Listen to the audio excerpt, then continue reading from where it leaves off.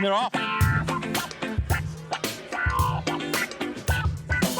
Further faster, the best independently owned outdoor stores, and then further faster, the best independently out. Oh my God.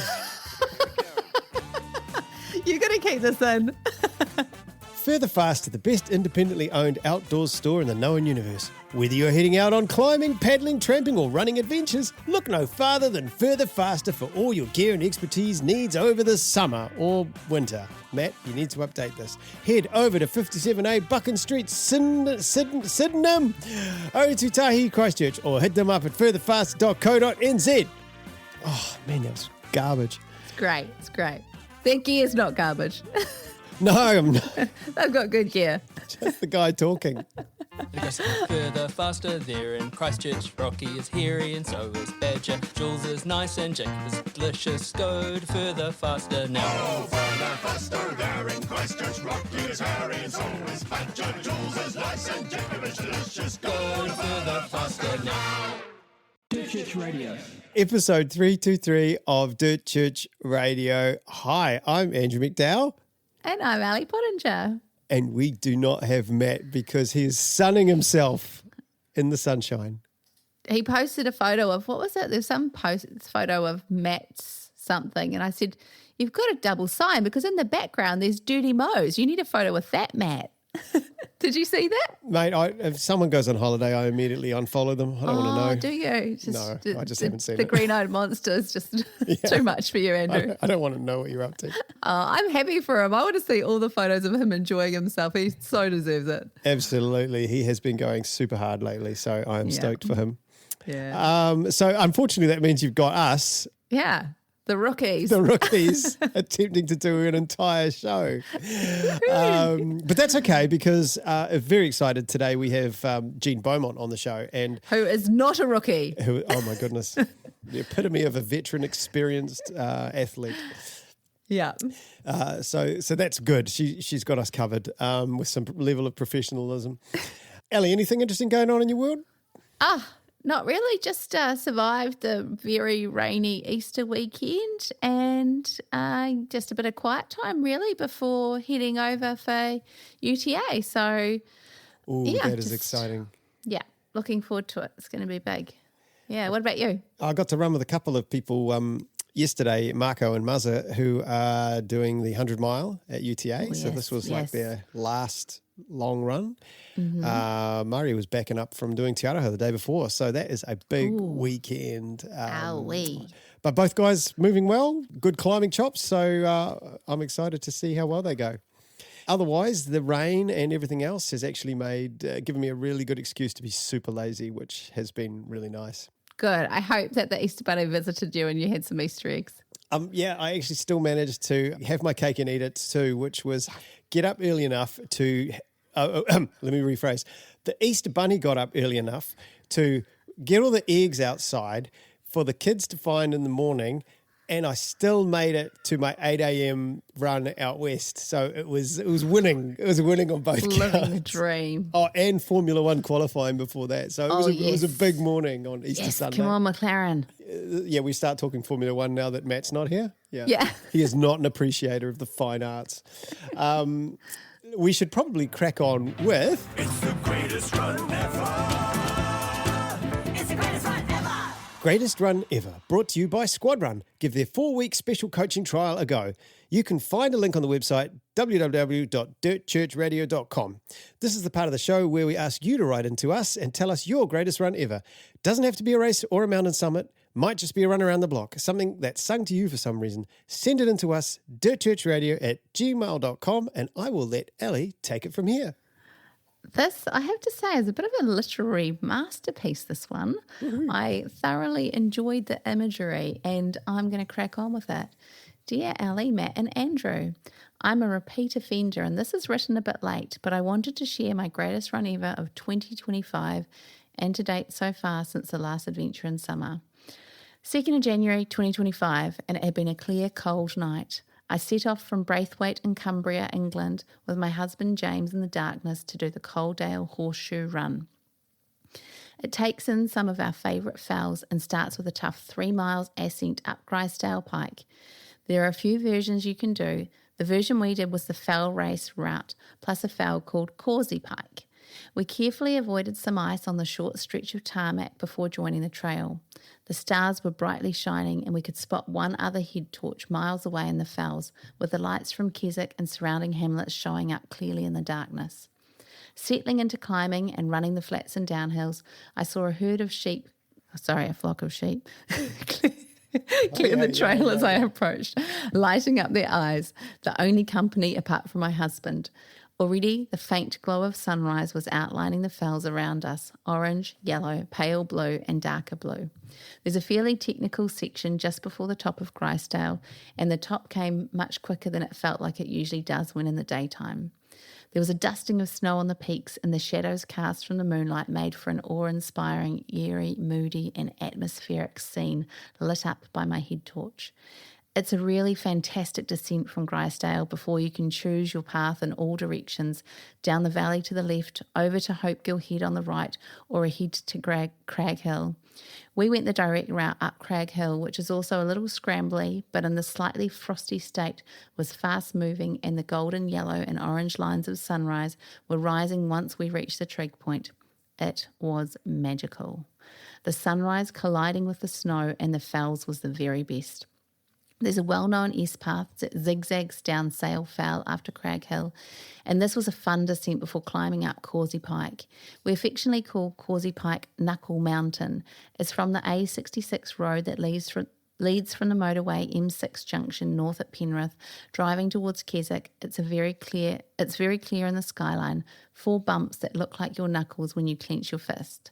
We met a family who were collecting the Wainwright fells, enjoying a cup of tea at sunrise together, ready with a sled to find some snow.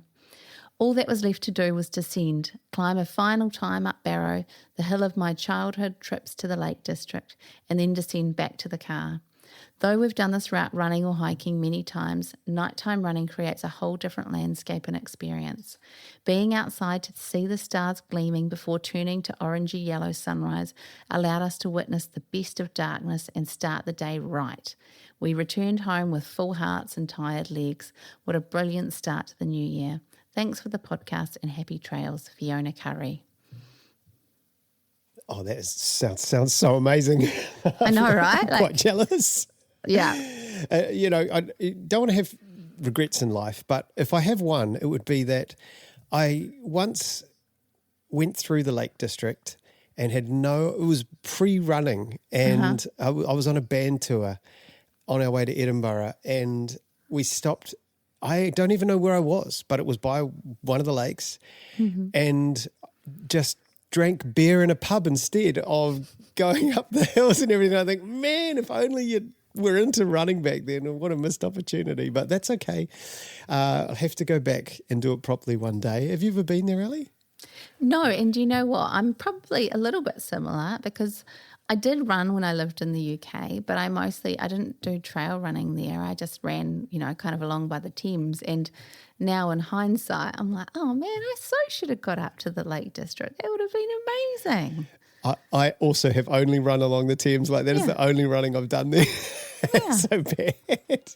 So, it's better than nothing, but it is still better than nothing. Yeah. Well, someone who has probably run along the Thames as well is our guest, as she lived in the UK for quite some time. The venerable, is that the right word? Jean Beaumont. Welcome to this episode of Dirt Church Radio. I'm super stoked because today we have Jean Beaumont in the studio. God. Well, over the airwaves with us. And also Ellie Pottinger is here with us as well. Hi, Ellie. Hi, Jean. Hi. Hi. Now, it's often said there are 2 certainties in life, death and taxes. But I would like to add a third, and that is Jean Beaumont getting a podium at Northburn. Obviously, I really want to talk about that fabled race. But first, let's hit the rewind button and go back to when you first discovered that you're actually quite good at moving 2 legs in a direction to go forwards. Aotearoa, that's home, is it? Yeah, Pukeroa Bay, actually. So on the cliff edge, a little seaside town. Very lucky. Magical. Have you always lived down that way? Yep, I have. Oh, well, we've been around overseas a bit, and I've been in Auckland, actually. I lived there for 15 years. So No kidding. Yeah, 15 years in the mighty Tamaki Makaurau. Whereabouts? Hobsonville and Whānau. Oh, I suppose that counts. Just city fringe living. And when did you start lacing up the running shoes? Is it something you've done your entire life? Actually, it is. I got my friend who's a year older than me. She used to chase me around when I was 1, so I've been pretty much running since then. At school, they tried to make me play netball, but I refused. And the nuns, I remember they told me off and whacked me on the legs with a shoe because I just wanted to go running. Well, actually, I probably just wanted to go play hide and seek in the grass clippings or something. But did you say nuns? Yeah, nuns. Catholic. Oh, good Catholic. Oh wow.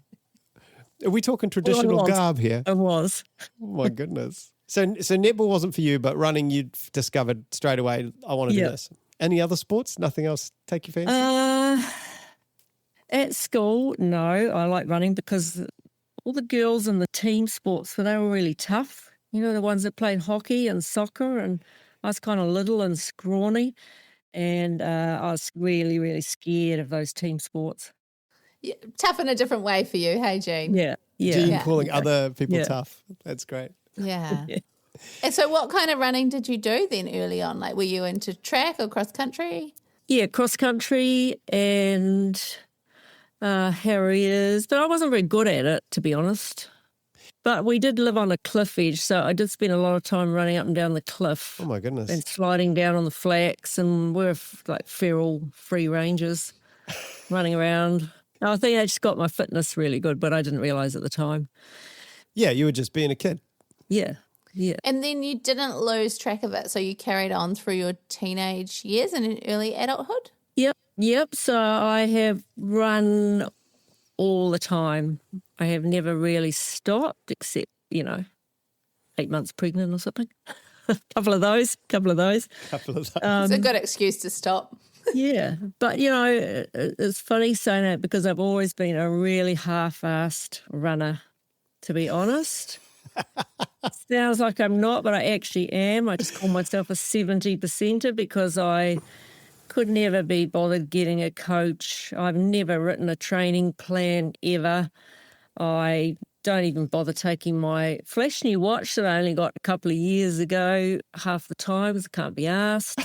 I just go, I'll go for a few hours and that'll be fine. So I'm like shocking. I'm just really... Yeah, I mean, I'm obviously going to beg to differ on all of that as far as this 70% nonsense goes. I've had the pleasure of scrolling through your stats page today on the DUV statistics page and looking back on some of your races over the past, wee while, shall we say. I was just so impressed with where you've been and some of the results that you have got. And I just don't think 70%'s going to cut it to get, what are we looking at here? We'll talk about Northburn briefly. You finished it 8 times now, is that correct? I have. Perhaps more importantly, you've started it 8 times. I've started 8 times. Yes. I think I've helped you out once or twice with the anti-chafing cream, if I remember correctly. You have very kindly offered to anti-chafe my balls. You didn't want me to. Can I just ask? Your one chance. Did he want to do it himself? Dude, good point, Ellie. When you put it like that. I mean, I hesitated, if that counts for anything, but yes, no, that was one of those magical moments up at TW, wasn't it? Yes, I mean, I far more embarrassingly have started 8 as well, but I have not finished 8. And I'm a numbers guy. Maybe it's why I like cricket so much, but your quickest time is 25:09. Your slowest time is 28:38. So in all 8 races, your entire range is only 3.5 hours, which is just incredible consistency. And not to mention 5 wins out of those 8, if I've read it all correctly, which I don't know. Nobody's done that, have they? No one else has won Northburn 5 times, have they? Oh, I don't think so. No, I don't think they have. So Might be 6 actually, just quietly, but that's Absolutely right. could be. It I might did look quite quickly. Does it? The awesome Kanoka, she's beaten me twice. And this is a great example of my slackness. I didn't even know that she was in the race. So that's what I was going to ask. Because I don't even look at those things like that. I just go and, what happens, happens. Does it, that's what I was thinking, does it motivate you? Are you competitive, or would you just show up and just run your race, and if you win, you're like, yeah, cool?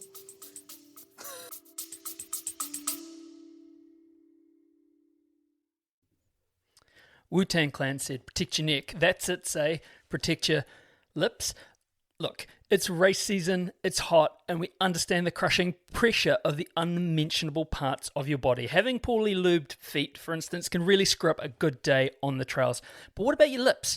They're out in the sun for ages, and they can get nasty, dry, cracked, and sunburned. You might think you're hardcore, but your lips are not. That's where That's It natural skin protection from New Zealand comes in. Prevent drying and cracked lips all year round and heal any damage already done with That's It Manuka Oil Infused Balm. SPF 30 plus with 100% high-grade New Zealand Manuka oil. Their go-to lip balm and a handy pocket built in to protect and repair. Soothes, protects, made with shea butter and beeswax base. None of that nasty stuff. Head to that'sit.nz to check out this amazing lip balm and their range of natural skin protection. I use this lip balm and I love it. That's it.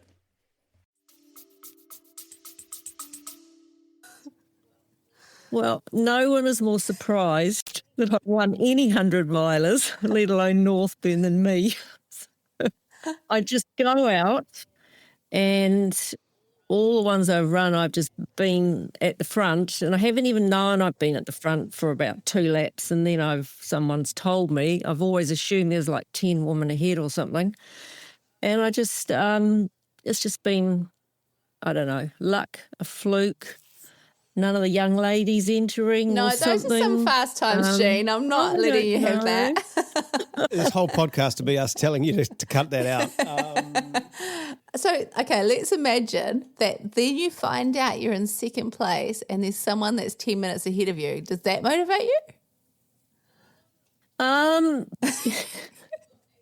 Well, actually, because this is going to sound really bad. I would normally go like the awesome Kanoka-san, I should say. I think she beat me by 8. So I remember these things. So I must be a little bit competitive, but like 8 minutes a couple of years before. But I assumed she was like 40 minutes ahead. Ah. And I kind of thought, I just doing what I'm doing because I often feel that I can't really race. I'm just going as fast as I possibly can anyway. Mm-hmm. I'm not really competitive in that way until someone ahead of me on the last downhill, the last one where you go down The 5Ks to go. to that little road. He said she's just ahead and she's walking, but he had told her that I was coming, and I saw her down below me in a couple of zigzags, and she was running and I just took off. So I do have a little bit of competitiveness sometimes, but yeah. no, I think 100-milers are there. I do just go as well as I can, and often I think, if I knew someone's 2 minutes ahead, but usually I never do because I don't ask and no one ever tells me. So often that's a mindset though, isn't it? And like if you start any of these, especially the mountain races, with that really competitive, I'm going to crush everybody mindset and totally smash yourself, chances, you might do it, you might pull it off, but also the risk is much, much higher. If your mindset is basically like do everything right, look after yourself, but move as well as you can, but don't try and chase that person up the hill or anything like that, your chances of success, and I would argue this must be something like your approach because of the consistency of your finishes. Yeah, I think you're right. I just, start. I do it for fun. Yeah, nice. It sounds odd, but I actually really enjoy the 100-mile distance. And because I'm a bit slower now, I think I've lost a couple of hours through being ancient, that I've... Well, I mean, your slowest time was in 2023, so you were faster this year. I did. Yeah, I did pick up a little bit this year. Yeah. I think because it was cooler actually, and I've had cramp a couple of times, just slowed me up. Jean, I have to ask, you said you're ancient. How old are you? 60. 60. And you're still, wow. And you're winning these 100 Few mile ladies races. in my age group, Yeah, ladies there. yeah. Well, that is a point, though. New age group, there's a chance of a whole new set of records, surely. Out there. Should probably get you to run a marathon sometime. Yeah, does that motivate I you? did Would you used to run for? marathons actually? Back in the horrible days when there was no off-road trail running, because I'm that old, we hadn't really heard of running great walks, and it just wasn't in my mind when I was younger. But I did run marathons on the road. What's your marathon PB, Jean? Oh, well, it's not that good. Here we go. Here we go again. No, it's not like 3:14. That's perfectly good. Pretty good. Yeah. I think I'm better. The longer it goes, the better, because I can just keep going and going. Would you do anything flatter? Like, would you go for any New Zealand records for flat stuff, like track or No, road relays? No. no. Okay. You mean now? Yeah. No. I like to be out in the bush and in the mountains, and most of the 100 miles I've done overseas, they've all been mountainous ones. Yeah. With awesome scenery. I usually just pick the scenery, the mountains. Can I do a little bit of a dive into some of those? Because, boy, Sure. they look so interesting. Can I kick off with the Ultra Fjord Patagonia in Chile in 2018? Yeah, that's cool. According to this, you were the winner, and it's a 100-mile race, yeah? Yeah. Is that right? In Yep. 15:15. Was it downhill? How on earth did you run it that Well, far? what happened was the weather. You see, again, there was one, and I just heard about it, and I just love the thought of going to Patagonia and running on the glacier, etc., etc. I thought, who doesn't like the thought of Patagonia? Absolutely. Patagonia, I should say. The weather was shit, so they cancelled the first 60K. And so it was only 100K. And then I got to 80K, and they said, oh, well, that's it. You're finished now. Oh, really? That would have been weird. But it was pretty full-on race. It was, I'd say it was amazingly marked. The marking was awesome, but there was huge hills, sort of scoria, rivers to cross, and it was freezing. Nobody laughed at my jokes, a bit like UTMB when they don't speak your language, and you tell them my standard joke, oh, we've got to stop meeting like this, No one laughs. And It's so true, man. I was trying to have banter at UTMB the whole time, and nobody's into it. I know, terrible. What was the course like? I mean, we're talking huge mountains here. It was mountainous, but in a lot of bush. So just like the Aotearoa, it's very similar to New Zealand, actually. It's a really interesting place, except they've got tons of animals and things. Like scary ones. Yeah, like skunks. Nearly ran across a skunk, and they've got, pumas, which I never saw. Oh, yeah. Yeah, okay. Tons of all sorts there. With the bad weather, it's quite southerly, right? I mean, Patagonia is sort of southern Yeah, tip of South yeah. America. So was it absolutely freezing? Well, I think it's the usual story. The faster you go, the less the weather kind of affects you, doesn't it? Because Yes. you're on the tops for a shorter time. So they were pulling people off behind me, but I went through. There's a bit of snow. It wasn't actually that bad, I thought. Not too bad. But they had lost, unfortunately, someone through hypothermia the year before, which was really sad. So I think they were being a bit more careful. Yeah, fair enough. We've certainly had a few races over the past few years where race directors have not called it when they should have. Yeah. Look, that sounds amazing. Bigfoot 200, 2017. I feel like I tracked you. I think I was too, Andrew. Yeah, I feel like I know. tracked you way back in the day. Half Nina. of New Zealand was tracking Jean. Yeah. A few times I actually said I was going to do something rather than I have finished. Is that what it was? You actually told us you're doing it. She put it out there. You made the mistake of telling the world. But am I remembering correctly that you were like right at the pointy end and went the wrong way. Was that you, or am I not remembering? No, that was me. Yeah, I was winning by quite some margin, but I made a fatal error of not having a little sleep when I should have, because my lovely husband was there with the camper van, and I actually said, "Oh, no, I'll keep going."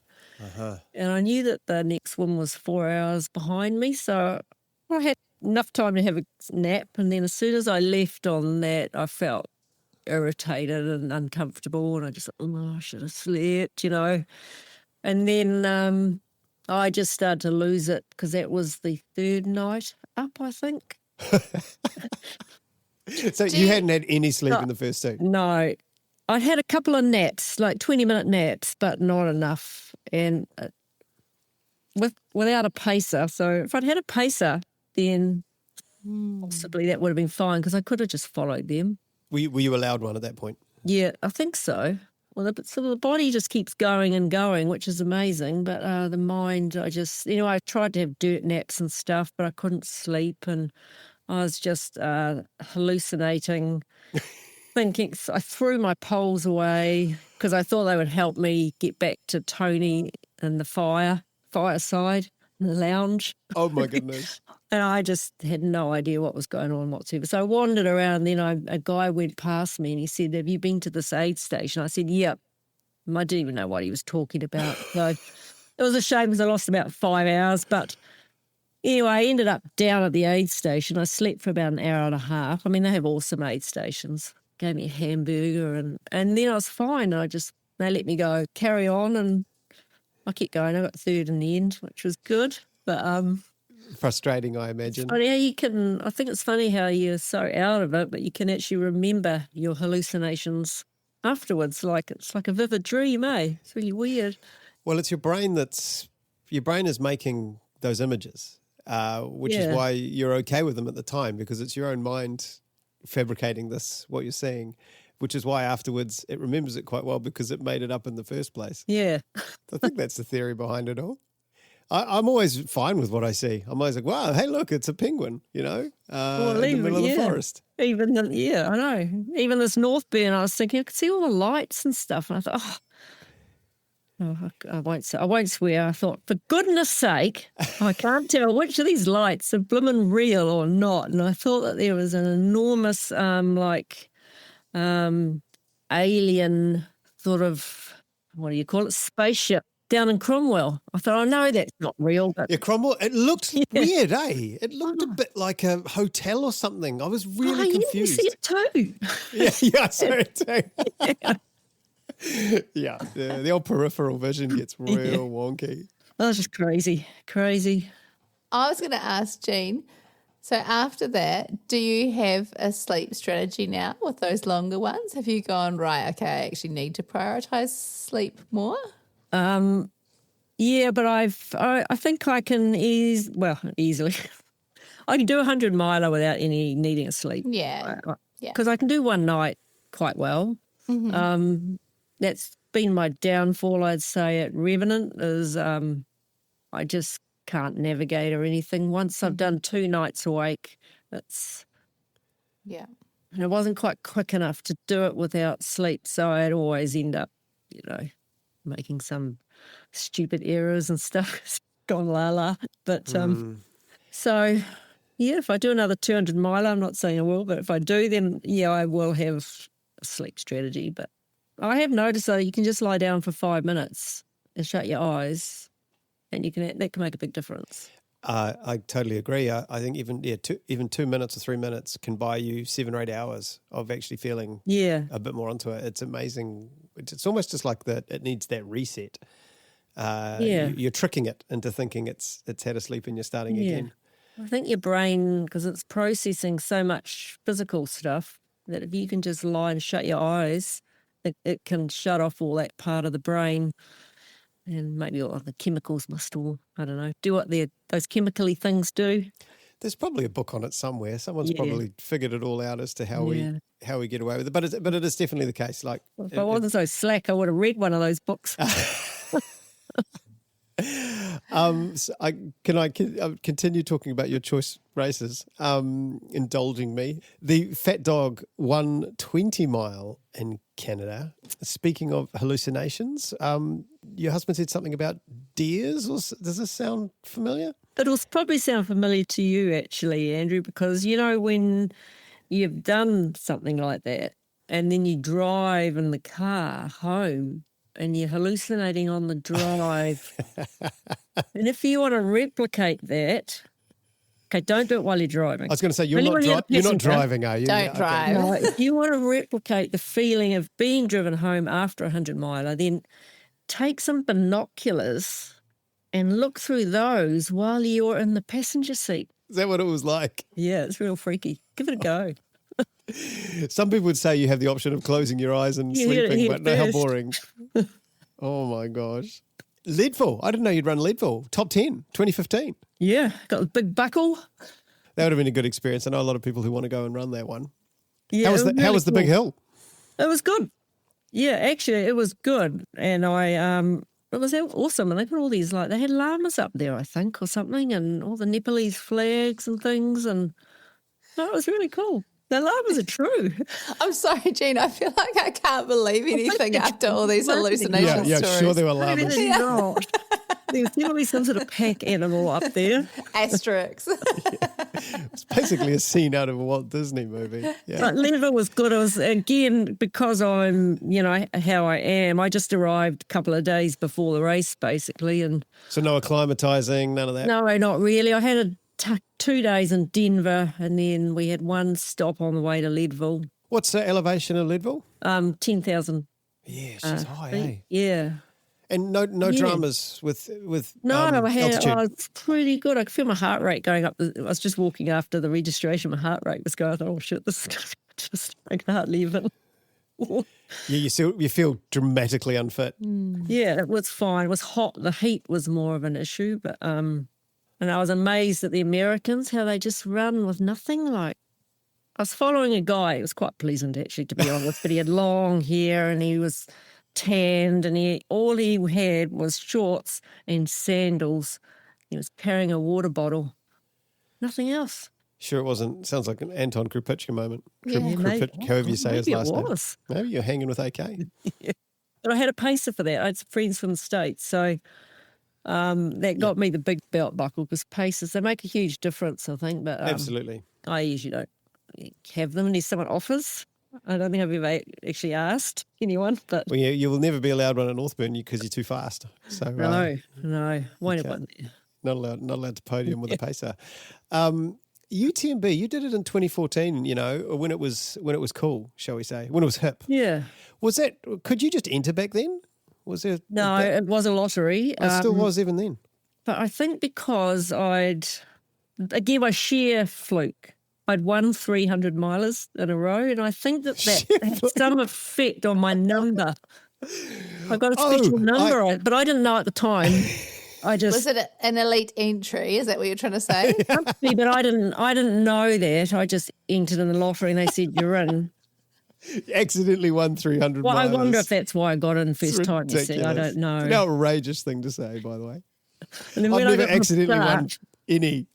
Actually, When I got to the start, someone said to me, this guy says, why are you way back there? I said, oh, just damn. He says, you've got an elite number on. You need to go into the starting box. I went, oh, okay. it's so punishing to hear, Jean. But that race was a bit of a disaster. That's one I do regret, being not really putting much effort into it, because and not taking polls, Oh, because I got second in my age group. I think I would have got a first if I'd had polls and thought about it a little bit more. But anyway, I just having a quick look at your time there. 30. so it's not that 42. good, but it was. It's tricky though, eh? I mean, we've got nothing like it here in New Zealand as far as training. There's something about those hills and the angle. Maybe I'm just making excuses for my own average performance, but Yeah. you know, those ski slopes that are grass downhills for 9 kilometres, we just don't have anything really like that. Yeah. here. And all the locals just flying down like it's flat. Yeah. And I'm sort of going, my knees are about to pop off. You know, this is horrific. And when you arrive the day before, of course. When you arrive the day. You know, you don't have to do that. Well, maybe sometimes you do. I know.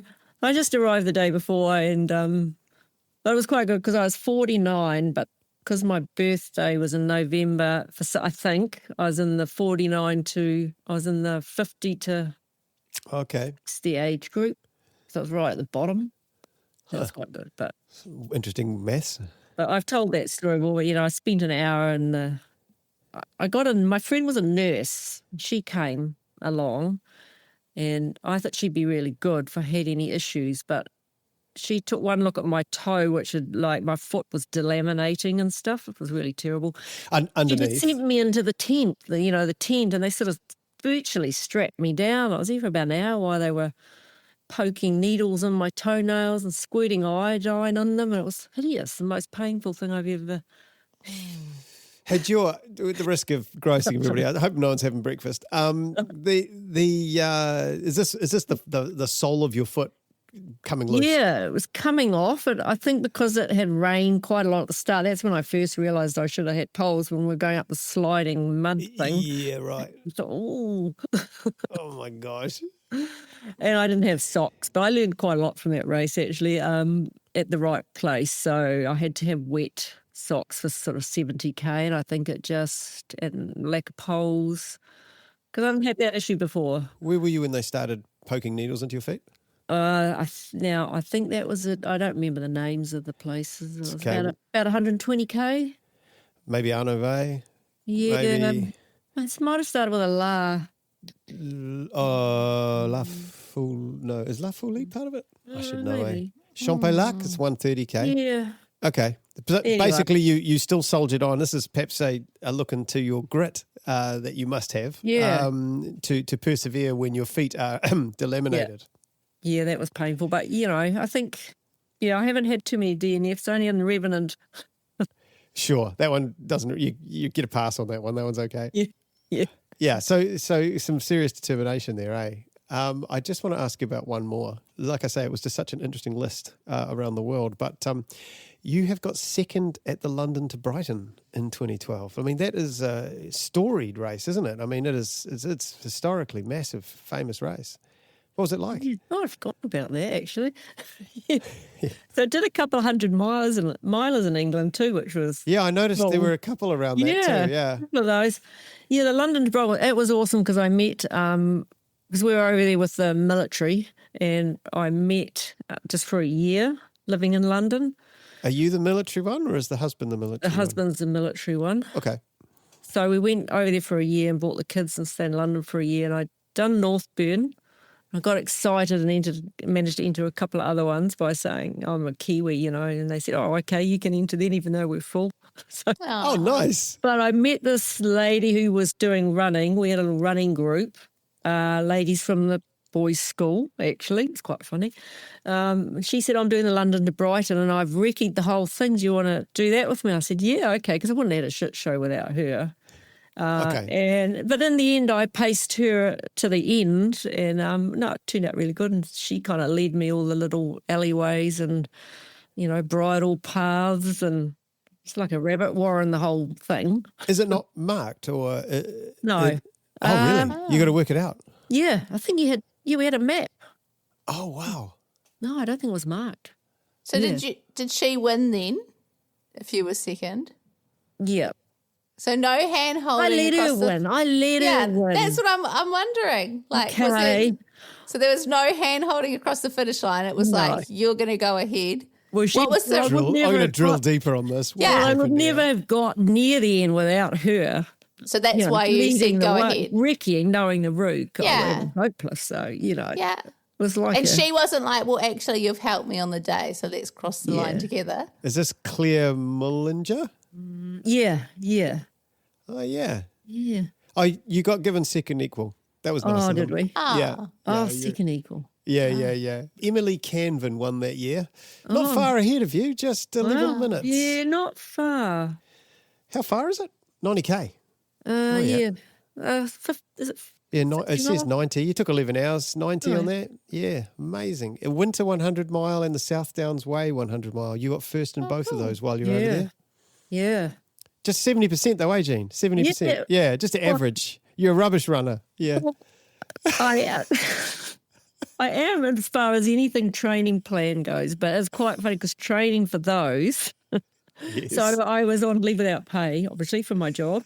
Okay. And so I would drop. I thought I'll recce the first one and then the second one. I'll recce these runs, and I would get someone to drop Bryn, the younger one, at school, and then I'd catch a train for, I don't know, it was probably nearly 2 hours on the train to Winchester.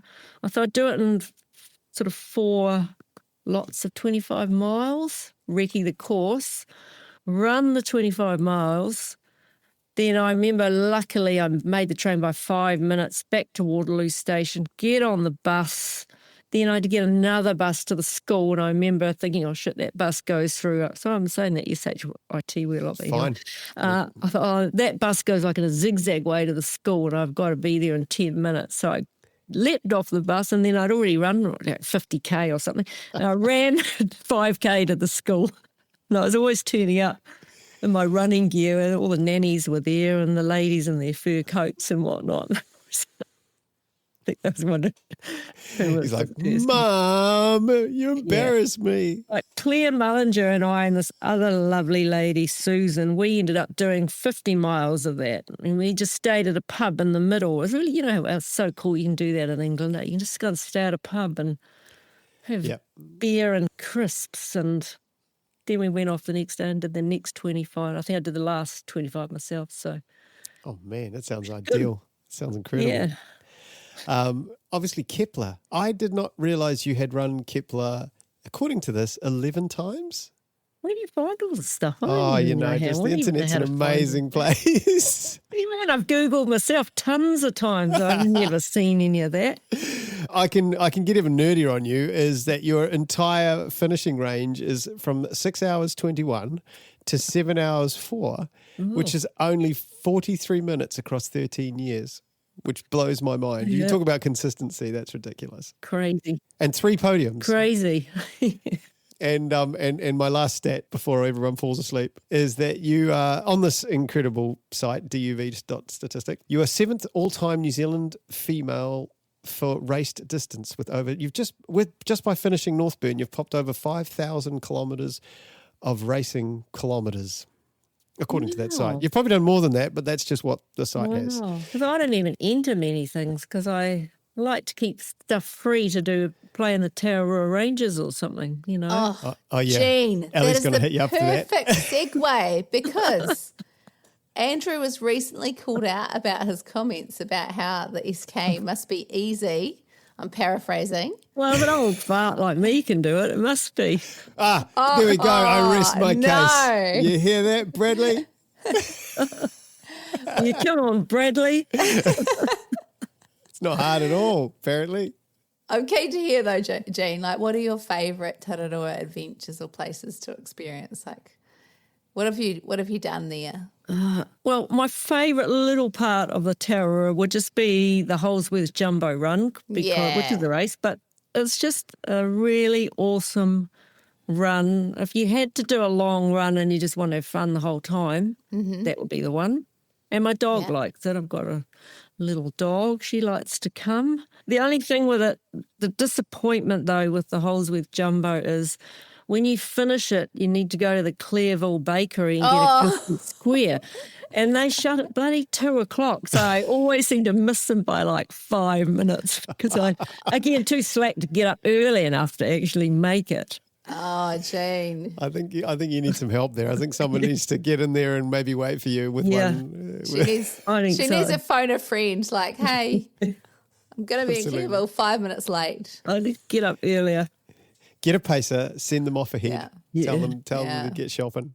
But the Tararoa is it's a special place. It's really neat up there. And it's cool being up there by yourself. That's what I really like, that extra challenge, because it's really scary and it takes years sometimes for me to actually get around to doing these things. But when I do, it's really amazing. You've been up there many times. Have you done the SK? Yep, I've done. I've got. Oh, did you not know that? It's not on DUV. It's a world. It's a bubble unto itself. You see, the Wellingtonians don't like to share. I'm the only woman with platinum status I'm sure that means something. It means that I can park my Audi. So, of course, I should be able to park it there anyway, obviously. So I get to park I have a car park allocated to me in the dock car park of Glory at Kaitoki. Like, really? Yeah, absolutely. Yeah, it's Chris Martin. How many times have you done it? So I've done. So good. I mean, like way less than a lot of people, I've got to say. And I must say, the SK I was inspired by Lawrence Pidcock and Chris Swallow, Colin Rolfe, Tim Sutton, all those awesome people. So I'm just a follower, really, not a leader.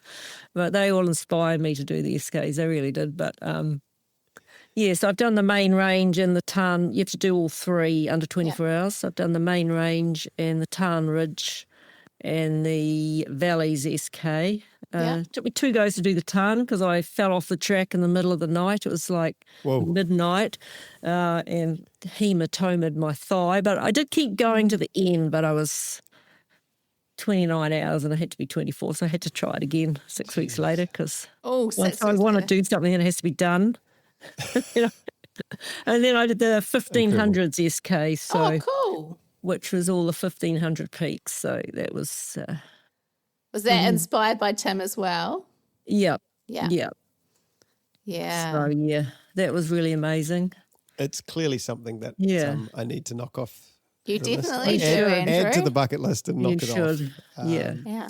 Oh, I've been told that I'll be pampered the whole way by the Wellingtonians, so I don't have any excuse. So I can't wait for that. Pampered. I wouldn't use the word pampered and Aotearoa SK in the same breath. Really easy. It's really easy. Yeah, I mean, I see kids are doing it now, so you're going to crack. Single no track. Can't wait to give it a go. But you're not just hanging around the Tararuas. You're climbing to much greater peaks, shall we say. Last year, you summited Aoraki, Mount Cook. Is that right? Yeah, I did. Yep, that was really awesome. Pretty cool. And it was sort of a day marked with tragedy, if I read correctly. Did I understand that climbers who took off ahead of you never returned? Yeah, that's right. That was really sad. Those 3... 2 Americans and a Canadian. Yeah, they went a different route to us, so I don't know. I guess something either fell on them, I guess, or they fell into something, a crevasse or something like that. Wasn't conditions, the weather was okay? Perfect. Yeah. Jeepers. That was a shame. Yeah, sad seeing their sleeping bags, in the hut and waiting for them to come back. But It was a day of mixed emotions because, of course, you've done such an incredible thing yourself, Yeah, well, it's because my grandfather had done it 100 years before, so that I've got all his accounts of it and everything. Wow. So it just inspired me to, he's climbed in a couple more peaks too that I'm going to do, hopefully this year. 100 years ago last year, so 1924, well, surely not many people had been to the top at that point. Yeah. So it was actually 25. February 25 he did it, but the window I had to do it a little bit earlier. But so he wrote an account of setting up camp on the Tasman River Glacier, hauling kind of stuff up this ridge, and then trying to do it and then failing, and then just meeting a guide, because most people did it guided back then, from what I can gather. He met a guide, and the guy, Henry Vossler. I don't know if you heard of the Vossler Shield. Yeah, I know that name.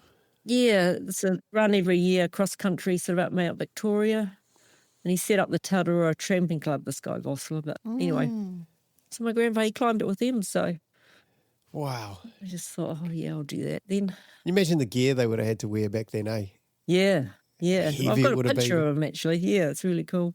Oh, we'll have to get you to share that. What are the next couple then that you're lining up? I don't know. I don't like to say. Oh, yeah. I like climbing. It's really good fun. I like rock. I'm not that good at it, but I like rock climbing. Been up Mitre Peak and stuff, and then I went up... Mount Tappy, and then my grandfather's done Alarm, which is near there.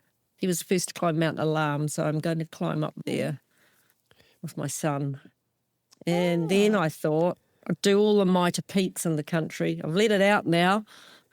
Oh, cool. There's a mitre cool. feat there too in the Kaikoura Ranges, so I'm going to do that. And I've done obviously the one in the Aotearoa Range and the one in Northburn. So, yeah. So I reckon, I don't know how many there are. I think there's 4 or 5. There's one in Great Barrier. So cool. Should be able to manage that one.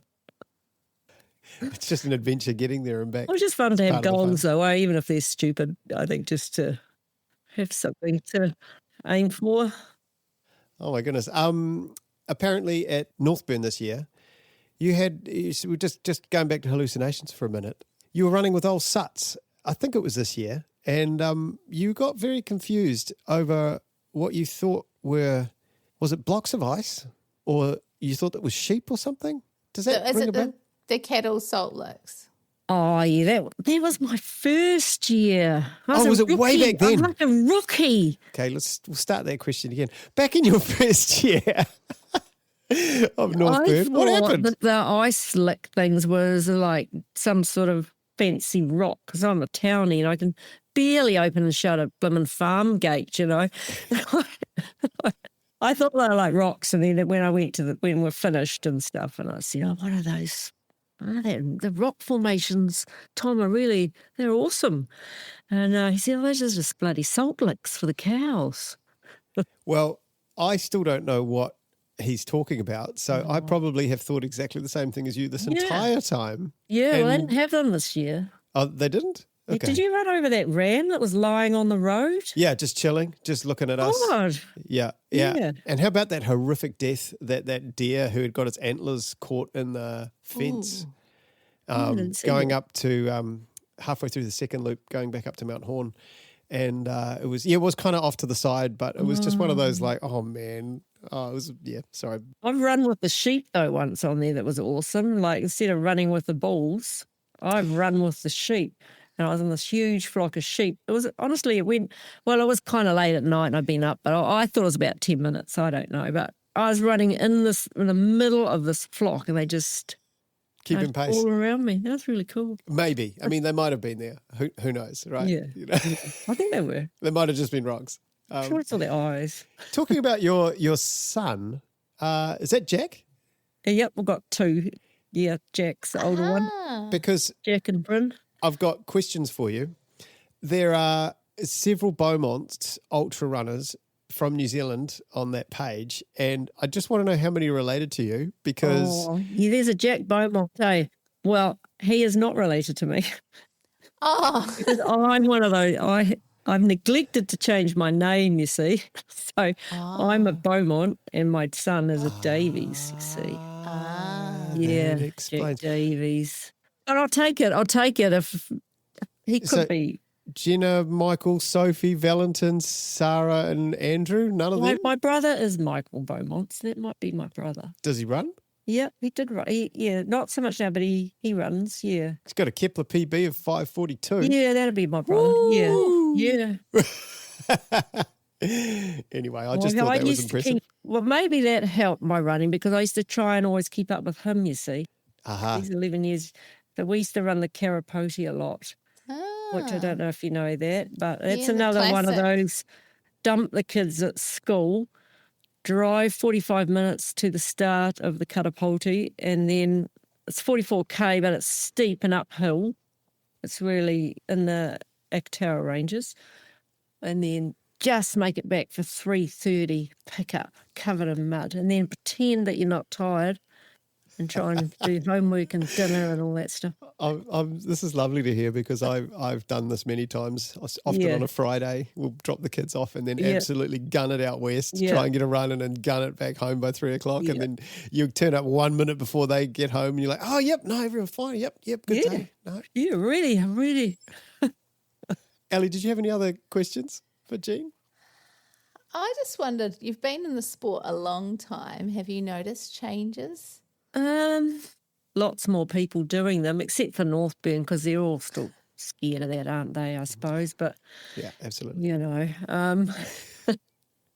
a lot more people doing them. Yeah.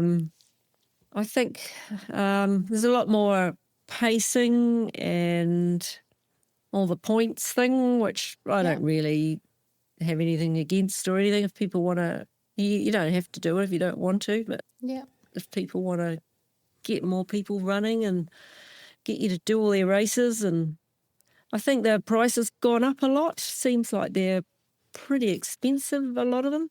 Yeah. I feel $500 is plenty to pay for a 100-miler. Yeah. You tell them, Jean. Myself. I mean, honestly, you know, that's a lot of money, for. Yeah, I mean we're at $1,000 now, aren't we? For the big the ones that UTMB owned. It's about $1,000 now for 100 miles. Yeah. And I'm definitely not convinced that is reflected in the value, but at the same time, I understand it's a business, and if people are signing up and giving them money, then the business is successful. So don't be a Grinch. you know? Absolutely. It is what it is. I'd like to see more women, though. If there's more, but there could still be more. The price is not half and half, to be honest, still, but it is half and half, but not as you get longer.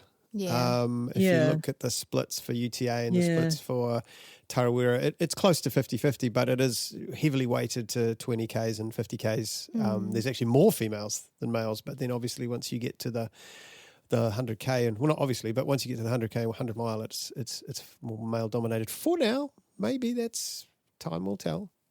And if you do take it seriously, unlike myself, it's a lot of training time to run the longer distances. You do have to, I've been lucky because I do shift work, so I have daylight. I've always had daylight to train and stuff, but I can imagine if you did, I don't know, 8 till 5, dark, winter.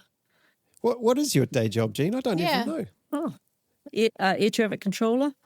Oh, really? Are you an ATC? Oh. Yeah. Wellies in Wellington at the moment. Wow. So, yeah. Oh, and you've just extended your runway. You're about to. We're in the process of doing so. We're adding some like sand pits to either end in layman's terms, so that I need layman's terms. it's a bit like those truck runoff things, that on downhill similar. I see. So if the bigger plane doesn't quite make it, it's going to hit the sand. Yeah. Okay. I think that's what they're doing. With air traffic control, you have to have quite a unique mind to, I believe, kind of like spatial awareness, and I don't know, because they do special testing, don't they? Yeah. But it's a great job actually. A really good job. Do you know Sam Beale? Who's that? Sam Beale. He's an ATC for Rotorua. No, I don't. Just thought there might be some correlation between air traffic controllers and ultra running. Yeah. I know two now. Yeah, that's what I was thinking. Maybe. I was thinking, do you think that there's something that with air traffic control that would have, benefits to ultra running? Well, the shift work has benefits because I can be in the daylight anytime.